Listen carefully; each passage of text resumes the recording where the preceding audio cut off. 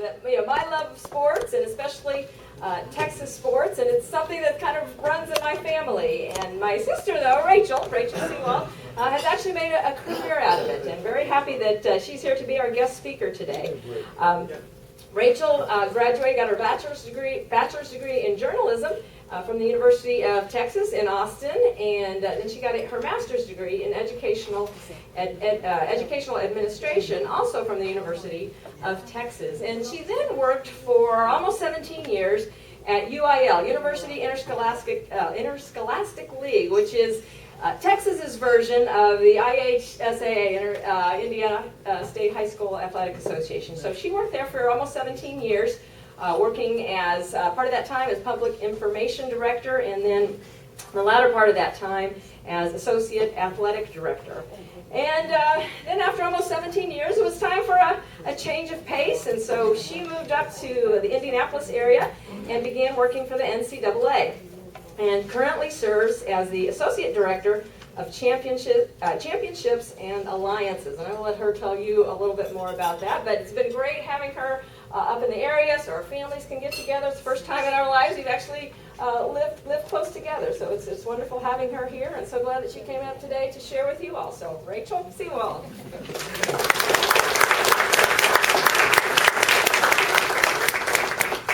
And I'm sorry, but when it comes time for questions, no questions about what I was like as an older sister and all the neat things I did. Sorry. Yes, clearly she is the much older sister. We're just a few years apart. Thank you all for having me. It's a pleasure to be here. I appreciate getting to share some time with you today. Annie, congratulations on your award. That is a very tough act to follow. Logan, congratulations on all of your accomplishments. Our future looks very bright. I'm very excited for that. Before we get started, I have a trivia question. I brought a prize with me today, one of our mugs from this year's men's Final Four. So we'll see who wins it. Oh. So over the course of this past year, 2014, we obviously had many championships, NCAA championships held all over the country. Championship teams flew to over 130 different airports across the country, traveling to various NCAA championships. Who can name the #1 destination airport that teams flew to this past year for an NCAA championship? Raise your hand. I'm just guessing.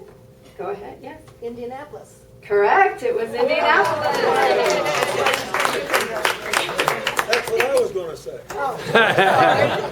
So Indianapolis typically hosts many championships. This year they hosted more than any other city. Rounding out the top 5, if you're interested, Portland and Indianapolis hosted 206 NCAA championship teams over the course of this past year.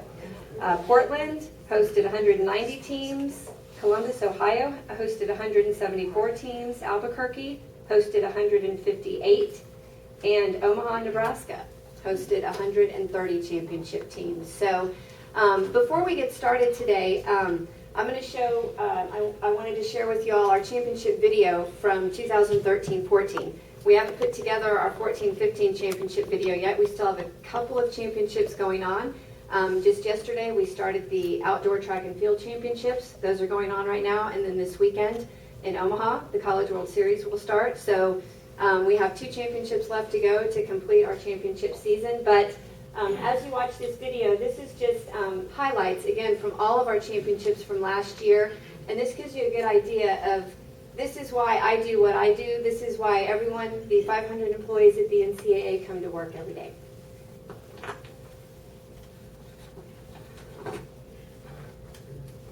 Yeah.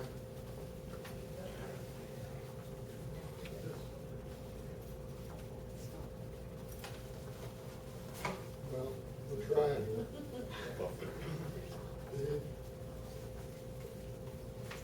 Yeah, there.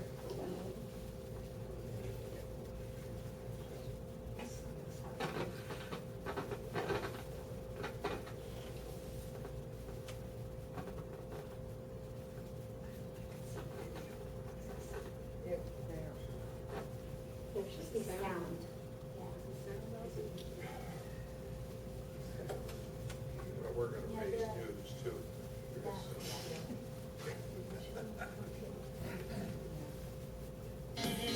Let's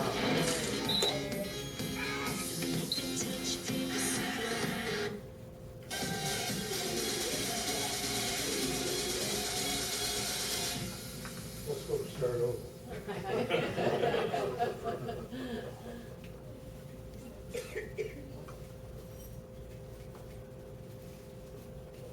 We'll start over.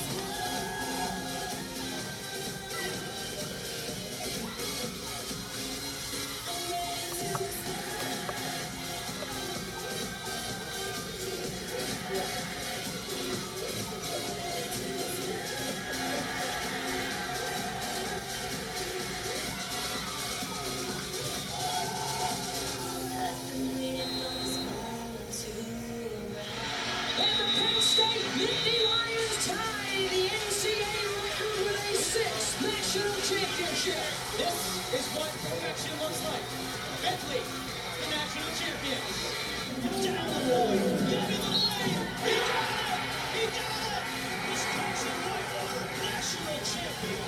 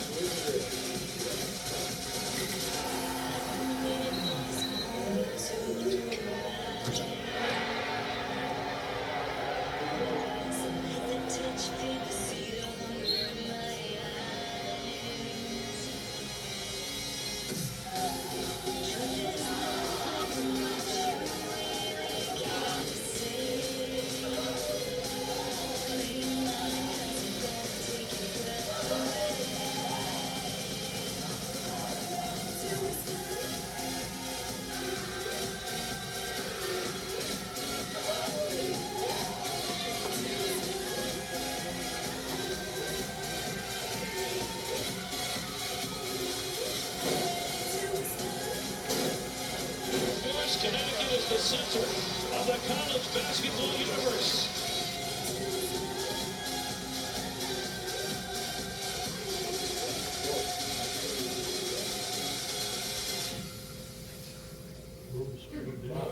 Awesome.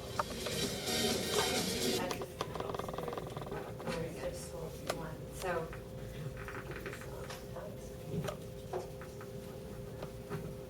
okay, can y'all hear me? Yeah. Okay. Yeah. So that is our inspiration for coming to work every day. Just out of curiosity, how many people in this room ever participated in a sport, whether high school, college, any level, at any time? Wow. That's Title IX.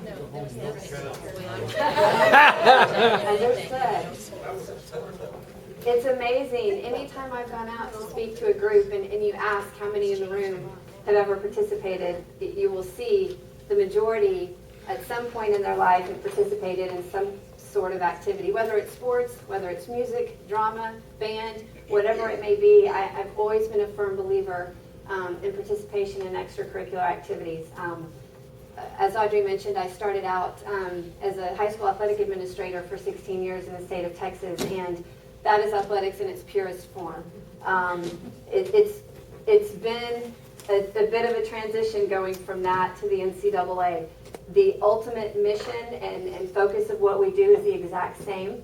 The NCAA sometimes gets a bad rap. Some of the articles you may read may not always be positive, but I can assure you that the 500 people working in our building have one goal, and it's to make the student-athlete experience as positive as it can be. So that's why we do what we do, whether it's our enforcement staff trying to make it a level playing field so that everyone's playing by the same set of rules, whether it's our championship staff, which is what I'm a part of, that's actually putting on the 89 championships.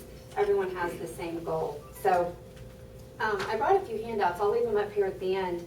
I'm kind of going to give you just kind of a general overview first of the NCAA, and then I'll talk a little bit about what I do within championships and alliances, and specifically I work within our playing rules division. So we actually, a mean and lean group of 6, work with our 18 rules committees that actually write the rules for college athletics. So, but just a general overview, because I think there's a lot of misperceptions about the NCAA as a whole and an organization, and we make all of this money and we're just up there taking in all this cash from our television contracts and various media contracts that we have. One of the handouts that I brought, and every time we share it, people say, wow, you need to get this out to more people so people understand exactly how the revenue is shared with all of our member institutions. It's called Where the Money Goes, and the NCAA is a nonprofit association. We do bring in about $800 million annually from various, primarily through our men's basketball television contract. Those of you who are not aware, our men's basketball television contract alone accounts for over 90% of the NCAA's revenue. So we need that tournament to stay in place. So when you're watching the men's basketball tournament, it is basically funding over 90% of our funds, which in turn, over 90% of the NCAA's budget actually goes back to student-athlete programs and services and servicing our member institutions. So you might think of that the next time you see a men's basketball game, and wow, that's how the NCAA basically survives. So yes, we want to make sure that tournament stays afloat. We do everything that we can to make sure that people have a good interest in that tournament. As I mentioned, more than 90% of our revenue goes back to support student-athlete services. Some of the ways that we do that, we provide $2.7 billion every year to over 150,000 student-athletes in various scholarship dollars. So that much money is going back just in scholarships. To put on our 89 championships every year, we spend $129 million to put on the championships for the student-athletes. We have a student-athlete assistance fund where $73.5 million of that goes in to help students through various programs and services. It can help with essential needs such as family emergencies, clothing, academic supplies, medical costs, things of that nature. In addition, we have an academic enhancement fund where we spend more than $25 million a year to enhance academic support programs through various member institutions. We have more than 54,000 student athletes participating in those 89 championships that I showed you earlier. So a large portion of college athletes are actually making it to the championship level, which is very exciting. We spend specifically $85 million on our Division I championships, $23 million on our Division II championships, and $21 million to put on our Division III championships. We also invest $57 million a year on health and safety initiatives. A couple of years ago, the NCAA hired a chief medical officer, Dr. Brian Hainline, who opened up our Sports Science Institute. They are doing some amazing things in the area of sports science. One of the slides I'll show you is we just, it was about a year ago, established a $30 million fund in a joint initiative with the Department of Defense to study concussion research. So there's a lot of money going into looking at concussion research, injury data, all sorts of health and safety initiatives to make sure that we're keeping our student athletes safe. So again, about $57 million is going into those initiatives specifically. So other than the 90% that goes back to member institutions and student athletes, the additional revenue is obviously to support a staff of 500 people to incorporate all of those initiatives for our 1,100 member institutions. So it does take some funds to staff 500 people and make all of those championships function and all of those initiatives function. So that's just a little bit about kind of how the money is spent, where it goes. We just feel like there's a lot of misperceptions out there, so maybe that clears that up a little bit for some of you. And then quickly, this PowerPoint just talks a little bit about the value of college sports. You can see everything. Again, so we have 460,000 college athletes representing 19,000 teams, 1,100 member schools, 3 divisions, and 1 association. Academic initiatives, extremely important to the NCAA. There's a very high emphasis on making sure student athletes aren't just participating, but they're getting the academic help that they need to go on and graduate as well. More than 8 out of 10 college athletes earn bachelor's degrees, which is actually a higher rate than non-athletes at each individual institution. A lot of people don't realize that.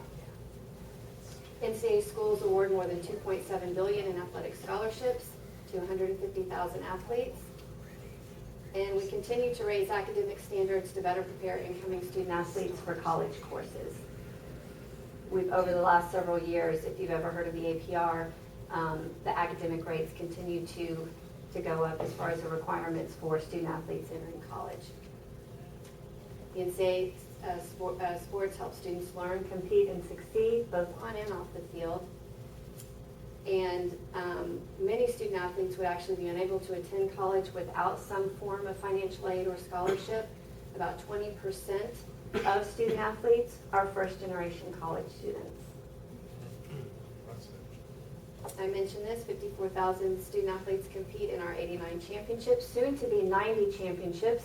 We just added the sport of sand volleyball. So next year will be the first championship ever for sand volleyball. So all of our slides that say 89 everywhere, we're going to have to change to 90. So we have a new championship coming in next year. More men and women compete in college sports than ever. In the past 10 years, both male and female participation has increased by more than 20%. College sports promote the well-being overall of student athletes. In the past 5 years, I mentioned this, the NCAA Student Assistance Fund has distributed more than $300 million to help students with essential needs such as materials, clothing, emergency, travel expenses, things of that nature. I mentioned the $30 million initiative with the Department of Defense to do a very comprehensive concussion study. So we're really looking forward to see the results of this and where we come out. There's been obviously heightened awareness and emphasis on concussions at every level of play, high school, college, professional. So we're doing all that we can to really research and study this area of sports science. We also have an insurance policy that covers all college student athletes who experience any type of catastrophic injury while playing or practicing their sports. Up to $20 million is put into lifetime insurance benefits to cover medical expenses for student athletes who suffer some type of catastrophic injury. Student athletes learn leadership, confidence, discipline, and teamwork through NCAA sports, which we think are values, again, even if you just do it at the high school level, that you will carry on with you for the rest of your life. Leadership, college athletes develop skills for life through programs that support leadership opportunities, completing their degrees, internships, and postgraduate scholarships.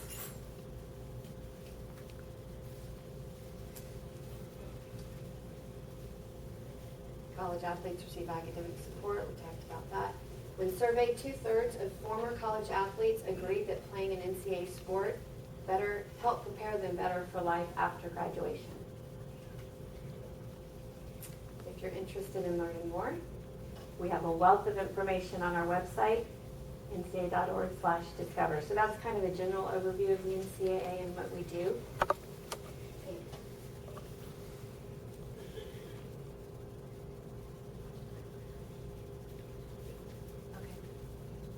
I will race through.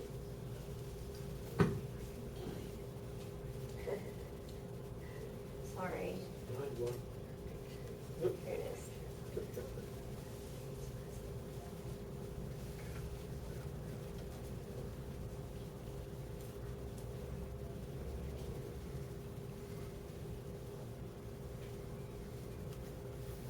So now I'm going to talk a little bit about, within Championships and Alliances, which is actually the largest division at the NCAA, the department that I work in, we have over 100 employees just in our Championships and Alliances division. It is the largest division. Again, we're putting on 89 championships a year. That takes a lot of people, a lot of manpower. So within that, I am in our playing rules group. So our staff of 6, we work with the 18 rules committees that actually write the rules, change the rules for college sports. A great example of something that just recently happened, which has actually been fairly historical, if you keep up with college sports at all, our men's and women's basketball rules committees just met a few weeks ago. I work specifically with the women's basketball rules committee. They voted to go to 4 quarters. So women's college basketball will no longer be playing 2 halves. They'll be playing 4 10-minute quarters, which puts them in line with every other level of play in the world. High school, WNBA, NBA, FIBA, which is the international game. So now men's basketball is the only entity in the world that plays with halves instead of quarters. We figure they'll see the light in a few years and they'll jump to quarters too. Speaking of seeing the light, so the men just changed their shot clock. They play by a 35-second shot clock. They just went to 30 seconds, which is what the women have. So you just got to give them time. They eventually, they see that the women are right. Yeah, they know what they're talking about. So it's a very exciting. Some people think, oh gosh, you work in rules. How boring is that? But the committees that we work with and the work that we do, they're the stakeholders of the game. Football implemented a targeting rule a couple years ago as a result of increased concussions to make our players safer. It was a very significant rule change for football. The work that we do, in my opinion, is very exciting. We've seen the games evolve. Volleyball, many years back, went from traditional scoring to rally scoring. That was a major change to the game. It fundamentally changed the sport of volleyball. And at the time, many coaches were against it. They were very traditional. They didn't think the game needed to be changed. He said, what are you thinking? The year after we got rally scoring, they're like, that's the greatest change we've ever seen. Coaches can be very resistant to change. But once you go ahead and take that leap, our committees sometimes have to look at the big picture. They might say, well, we know a lot of coaches aren't in favor of this, but we have to think globally about the game. We've got to move the game forward, do what's best for the game. And so sometimes our committees are faced with making some very tough decisions, but we think they've done a great job. Again, it's a very exciting place to be. So this is just a very, very quick overview. When we look at playing rules, we obviously want to protect student athletes and their safety. We want to preserve the sport traditions and the integrity of the sport. And we want to have rules that are enforceable, which is sometimes easier said than done. It's easy to have a rule, but if you can't enforce it or the officials have no way to enforce it, it's really not a rule worth having. Our group also manages the entire playing rules process from the development, kind of formation of a rule, to the actual application of the rule. The playing rules, everything that we deal with is what happens on the court, on the field. We don't deal with anything outside of that. We have other people in our building who deal with enforcement, compliance, whether or not a student athlete's eligible. We get the fun part of the rules. We get to deal with the game itself, and so we think that's pretty exciting. Our rules are the same for the regular season and our championships, and also across all 3 divisions. Anyone go to Division 2 or 3 school? college? Yeah. So we play by the same set of rules, all three divisions. Again, we don't deal with anything that has to do with recruiting, scrimmages, practices. We've got plenty of other people who deal with that. We're in championships and alliances. We manage 18 playing rules committees. We also have 8 sports that we do not write the rules for. I'll show you those in a minute. And then we work under the Playing Rules Oversight Panel, which is a group of conference commissioners and athletic directors who ultimately get final approval to all of our rules changes. What do you mean by alliances? So championships and alliances, because our department is so big, it's not just championships. So it's the alliances are the groups like our broadcast group, our marketing group, our, we call those groups we're all together, we're alliances, but it takes all of those people to put on championships. So our people working with our media partners, all the people doing the marketing efforts for all of our championships, all the auxiliary groups that it takes to put on each of our championships. So collectively, we're alliances. So these are all of the rules committees. So these are all the rules in which the NCAA all the sports in which the NCAA writes the rules for. We have rules books that cover all of these sports, and we have rules committees that cover all of these sports. These are the rules that we do not write the rules for because we use other associations' rules. Our rules so closely mirror, take USTA for tennis, for example. Our rules closely mirror them, so we just adopt their rule book and we don't actually write the rules for those sports. This is just to talk a little bit. Our rules process is very membership driven. People think we just sit up in our office and write rules that we think might be good, but it's actually a very membership driven process. Anyone from the membership, a coach, athletic director, conference commissioner, can propose a rules change. Every proposal that comes to our rules committees is looked at, discussed, and reviewed. So it's not even just our committees sitting there thinking up rules. And our committees themselves are made up of the membership, not NCAA staff. So it's coaches, assistant athletic directors, that's who make up our committees who actually vote on all of the rules. So there's plenty of opportunities for the membership to provide input. We do surveys to get their input. Once the rules are passed, we actually let the membership comment on those changes before they become final. So there's multiple opportunities throughout the year for the membership to be very engaged and have a say in the rules changes before they become official. This just kind of summarizes what I just said. Yeah, okay. And then we have a lot of education and training, obviously, that goes along once the rules are officially approved. That's when a lot of the work begins, and we start educating our coaches and our officials and everyone on how to adjudicate the new rules changes that have just been passed. So that's a lot in a short amount of time. I'm happy to answer any questions. Yes, right here first. Along with the 4 quarters, Yes. did you make any rules to the foul shots and return foul shots? Yes, that kind of thing? that's a great question. And the reason the change was made, because we got a lot of questions about what's wrong with 2 halves, you're still playing 40 minutes, why does anybody care? Just going to 4 quarters alone wouldn't have really gotten to what the committee was really trying to accomplish, which is to create a better flow to the game, better pace of play, reduce stoppages, so it's a better game to watch. By going to 4 quarters alone, the committee didn't feel they could accomplish it. So along with the 4 quarters, they did change the foul situation to where the fouls will reset at the start of each quarter. So at the 15th foul, you will not go to the bonus until the 15th foul of each quarter. And that will reset at the start of each quarter. So no longer will we have going to 7 doing a one-on-one. The committee also completely did away with 1-and-1s. You will no longer see a 1-and-1 in women's basketball. It's all 2 shots. Because we were seeing a lot of physicality underneath the basket on free throw situations. The committee felt like in order to reduce that physicality, first of all, doing away with the 1-on-1, you automatically aren't going to have that after the first shot.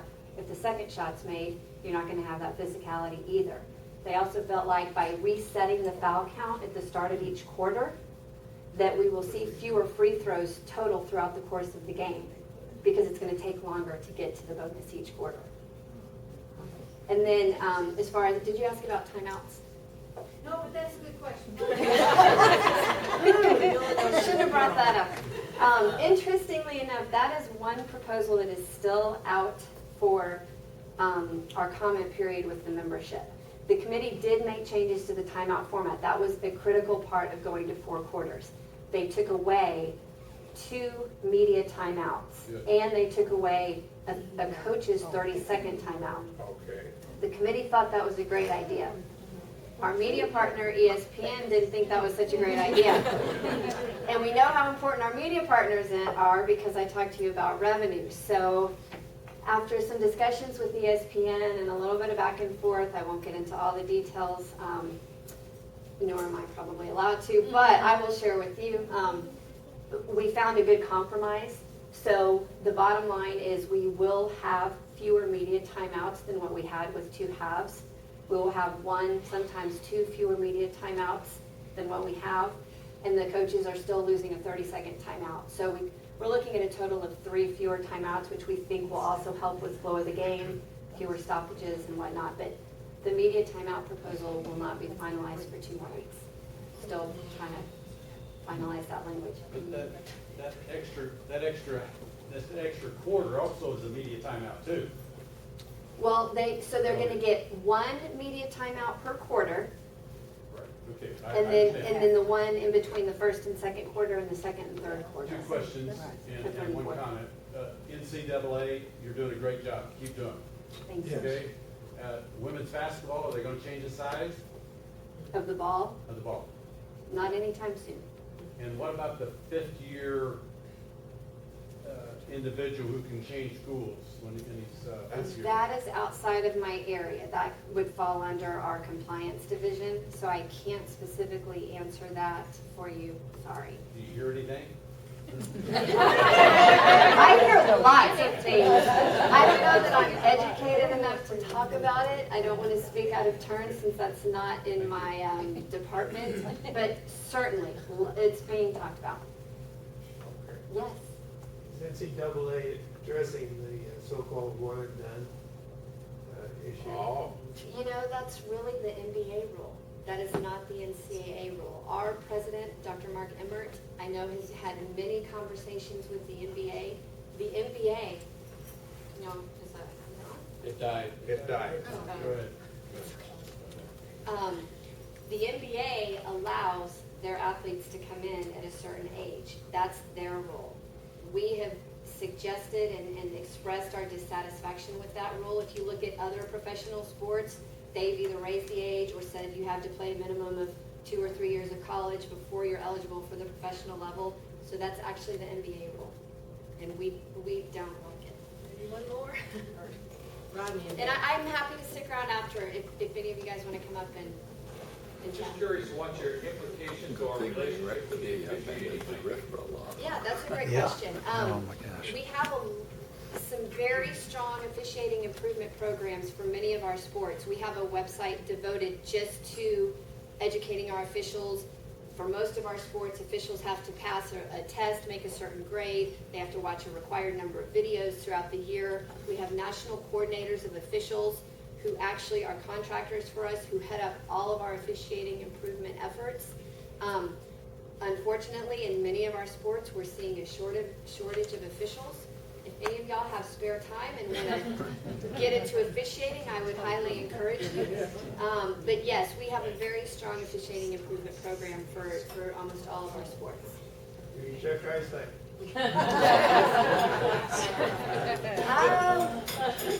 We might not have to. Any other questions? Thank you very much.